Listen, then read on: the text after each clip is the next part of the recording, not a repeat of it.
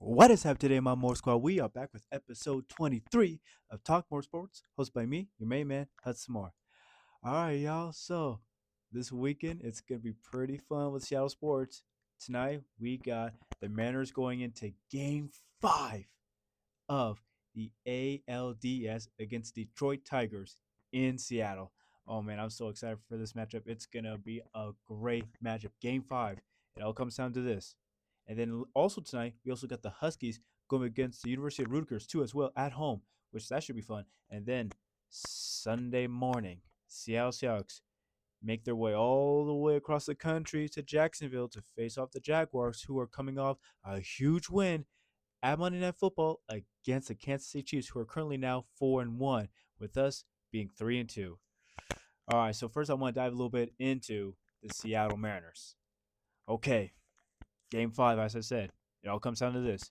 If we win tonight, this will be our first appearance in the ALCS in 24 years. 20. Think about that for a sec. In 24 years, they have not made it back to the ALCS. Last time was 2001. I wasn't even born yet. That was 2 years before I was born. And now, a chance to make it to the ALCS. First time in my lifetime I ever get to experience that. And hopefully, if we do make it, there'll be many more in the future I get to experience. But just imagine what the city of Seattle will be like if we win. Going back to the ALCS. Oh my goodness, I cannot wait for that. I truly am excited for it. It's going to be so much fun. So much fun. Wow. Yeah, I hope George Kirby, who will be our starting pitcher, I hope he can keep those batters contained. I hope we can keep that score down to 3 or less, because if we do, yeah, we got a good, legitimate shot of winning that game. And hopefully our batters, they step up. We just keep hitting the ball, just keep hitting away, just keep hitting, try to keep getting on base. Do whatever you got to do. Take a couple hits, take a couple balls, whatever you got to do. Hit it when you have a chance. Just get on base. So hopefully our batting lineup, as great as it is, they step up because, boy, we need it. We really, really need this win because I don't want this to be such a great team, be that kind of World Series or bust, right? Like, I want us to go all the way and win the World Series, right? And I know everybody out there listening, watching, want the same thing as well here in Seattle. We want the Mariners to go all the way to the World Series, baby, all the way to the World freaking Series. But first we got to win tonight, and then we got to win the ALCS, and then World Series bound. But man, can you just imagine? I'm being a little hypothetical here, but man, could you just imagine hypothetically, just what if we actually did go to the World Series? First time in franchise history, first time in over 40 years, we are in the World Series. That would be something special. That would be something spectacular to witness. But for now, we're just going to pray tonight. And hopefully, they can get the win. Especially here in Seattle, too. Like, come on. You got all the positivity in the world. You got the whole city of Seattle behind your back. You got millions of people, thousands in the stadium, just behind your back and watching you all the way. Regardless of win or lose, they're going to be right there beside you. So come on, Mariners. Julio, Cal, Randy, George, you boys got to step up because it all comes down to this. It all comes down to this. I'm so excited for it. Oh, I can't wait. All right, Washington Huskies. They got a big game tonight as well against the University of Rutgers too. They're 4-1, and we're currently, what is it? 3-1. Yeah, 3-1. All right, 3-1. It comes down to this. This would be a huge win for us in the Big Ten. Going up 4-1, this would be huge for us. I mean, huge for us. I would love to see Washington Huskies. Damon Williams at quarterback. He's got to keep building up his resume, keep building up his name, because also you're going to Michigan next weekend.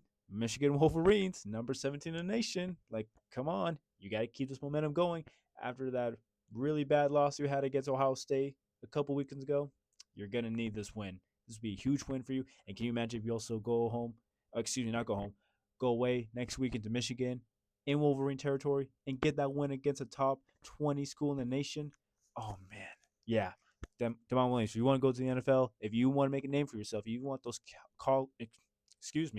NFL scouts and coaches and GMs watching you, these are the games you're going to have to win. These are the games you're going to have to win.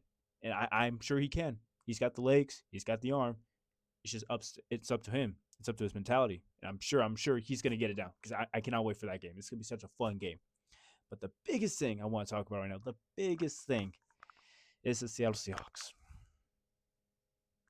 as confirmed today that Devon Witherspoon, Julian Love, and Tariq Woolen will not be playing in this Sunday morning matchup against the Jacksonville Jaguars. Okay. See, this is kind of a little issue. And if you've not heard on my radio show I talked about this morning on it, then check it out at Let's Talk More on 80.1 The Berg on iHeartRadio. I talked about it this morning at 10 a.m. See, this is a little issue I have with the whole Devin Witherspoon and Julian Love thing. So they didn't play during the New Orleans Saints game, which is okay. I mean, that wasn't much of a big threat to us. I mean, I'm sure our defense could easily handle them, right? And then that following week, we had a Thursday night football matchup against the Arizona Cardinals. Now, I can understand, like, if they are ready to go, yeah, you want to play them because, again, it's against a division rival. We don't want to go 0-2 in our division, especially if we want to win the division and make the playoffs. We got to have to win in our division. So going up against a rival like Cardinals, we're going to have to do it. And they look good. Like, I saw it. Well, Devin looked decent, but again, it was his first game back in a couple weeks. So, I mean, he was a little rusty, of course. But Julian Love, he looked good. He looked great. He didn't look like he lost his edge at all after a couple weeks. But then going into last weekend's game when I said I was going to be attending at the Tampa Bay Buccaneers game, which I get, fantastic game. Got to enjoy it with my parents, with my best bros. It was a great game, great seats, great venue, beautiful sky, a great day, and especially the 90s throwback. Oh my God, it was freaking awesome. It was a great game all around. But knowing that Devin and Julian didn't play in that game, I, I have to wonder. I really have to wonder, is Julian's hamstring and Devin's knee injury, are they more serious than what Mike McDonald's telling us? Right? Because you didn't play them in New Orleans, right? And I get that. But then we set the rest of them for New Orleans to get ready for Thursday night football because we're going our way to Arizona. So I'm like, okay, you say you want to rest them up. And I'm like, cool. They seem like they're ready to rock and roll. A little rusty, but they seem healthy. But then you keep them out for this Buccaneers game. And you said throughout this week as well that they will be trying to participate, and there's a good small chance that they might be. So I'm like, well, yes or no? Right? Because Derek Hall went out midway through the Tampa Bay game, right? And they said he has an oblique injury. He most likely will not be out for. He most likely will be out for the Sunday matchup against Jacksonville, and most likely for the next couple of weeks. Like that's clarity. That is Mike McDonald saying, okay, he's not going to be playing for a while, which I'm cool with. And a couple of weeks, that's fine. I'm cool with it. Rest it up. Oblique injury, side injury. You want to keep that good. But with Devin and Julian, I'm just a little curious. Like, is it worse than what Mike McDonald's saying? Like, is he just trying to baby it, or is it actually that serious? Because I'm thinking to myself, like, okay, it's so early in the season still. It's only week 6 now. Should you put them on injury reserve, or are you going to play them? Because you yourself said it, like, there's a good chance that they could be playing, they could be participating in practice. And every time I kept looking at the reports every single day, not participating, not participating. But everybody else, limited participation, fully participation, but Devin and Julian were always on the list of no participation, even though you said there's a good chance they could. So I'm thinking to myself, are you babying the injuries, or is it actually that serious? Because I'm like, Mike McDonald, bro, you got to pick or choose. Like, you got to choose one or the other. Either keep them off the side for 4 weeks, make sure they're all fully healthy and ready to go, 110%, but if they're not, if there's a chance, then put them out on the field. Like, is it that bad where they cannot participate at all at practice? Now, don't get me wrong. I was a former D2 sprinter, so I know a hamstring injury, it's pretty serious. But at the same time, though, when you yourself are saying there's a chance, are you really having a practice, or are you just telling that to calm us Seahawks fans down and the reporters, and especially in the media? Like, are you babying it, or is it that serious? In the end, I'm not the head coach. I don't know what's going on behind the scenes. I don't know. I only know what I see from the reports. But again, it's like we need them. Our secondary got exposed against Baker Mayfield and that offense without Mike Evans, without Bucky Irving. We got exposed by a rookie who I don't even want to say he's a rookie, man. He's looking like a top 5 wide receiver already. And we got exposed by Chris Godwin, who, no disrespect to Chris Godwin, a fantastic receiver, but we could tell he has not looked the same still since he's torn his ACL last season. But again, you did not have Mike Evans and you did not have Bucky Irving. And granted, we also didn't have DeMarcus Lawrence, so we didn't have our full, healthy starting lineup on the D line. Derek Hall was out midway through the game, and then Tariq Woolen was out with a concussion. So obviously, we lost a lot of starters on our defense overall, but still, our secondary got exposed. And I still like Josh Jobs and De'Aaron Kendrick. I still like them, but there's a reason why Devon and Julian are the starters. And I'm happy to see Nick Mawari, a rookie safety, back. He looked really good, especially being his first game. And I'm expecting big, big things from him coming this weekend against Jacksonville. Because again, we're going up against Travis Hunter, the Heisman Trophy winner, and Brian Thomas Jr., who had a fantastic rookie year last year with over 1,200 yards receiving. And I think 8, 9 TDs. So, yeah, we need our secondary. Now, good news is DeMarcus Lawrence will be back in the lineup, so we'll have our starting D line with DeMarcus, with Byron, with Leonard, and Jeremy. So that's great. I'm happy so we can hopefully put pressure on Trevor Lawrence. But if he starts ripping it down the field, can Josh Jobs and Darren Kendrick hopefully step up to the plate again, like they did against Aaron Rodgers and DK Metcalf? Can they do it again? Because we're gonna need them. And for Mike McDonald, he's gonna have to figure his stuff out because we need Devon Witherspoon and Julian Love back. This is a defense that looks fantastic. This is a defense that can finish top 3 in the league. Maybe, maybe number 1 if everything goes right, which, as far as it was so far, it was. And our offense, oh my goodness. I don't want to get too much into our offense, but boy, Sam Darnold, he's looking like a top 5 MVP right now. Jackson Smith is having a fantastic year. Are you kidding me? Almost 500 yards receiving. Realistically, he should be. No, no, no. Oh, excuse me. No, no, no, no, no. Excuse me. He has over 500 yards receiving. Why did I say almost? Yeah, he has over 500 yards receiving. And honestly, he could have over 600 if Sam Darnold. Oh no, excuse me. Clint Kubiak had Sam Darnold targeted more in that Arizona game, and not just in the second half. So really, he should have 600 yards receiving if we're being honest. But either way, it's yeah, I'm just looking at this game right now, and I'm in this matchup, and I'm thinking to myself, man, we gotta get our defense right. We gotta get it healthy, because I feel like this offense is now finally finding its identity. The offensive line looks fantastic, definitely a top 10, top 15 for sure, giving Sam Darnold all the time in the world to protect them. The receiving core looks great. AJ Barner having 4 TDs in 5 games. I said this before last year to my family and friends. AJ could be the diamond in the rough to our offense, and now look at him now. Look at him now. He was easily the second best rookie tight end last year next to Brock Bowers. And nobody's talking about Brock Bowers, but everybody's talking about AJ Barner. He's currently number 2 right now in leading TDs as a tight end and top 5 overall in receivers. So, yeah, AJ Barner is having himself a great year already. And again, Cooper Kupp making some big plays. Torrey Horn stepping up as number 3 wide receiver, right? Making some big time explosive plays. Also having 4 TDs in 5 games as a rookie, too, which is fantastic. Jackson Smith, as I said already, having a phenomenal year. Sam Darnold, top 5 in MVP.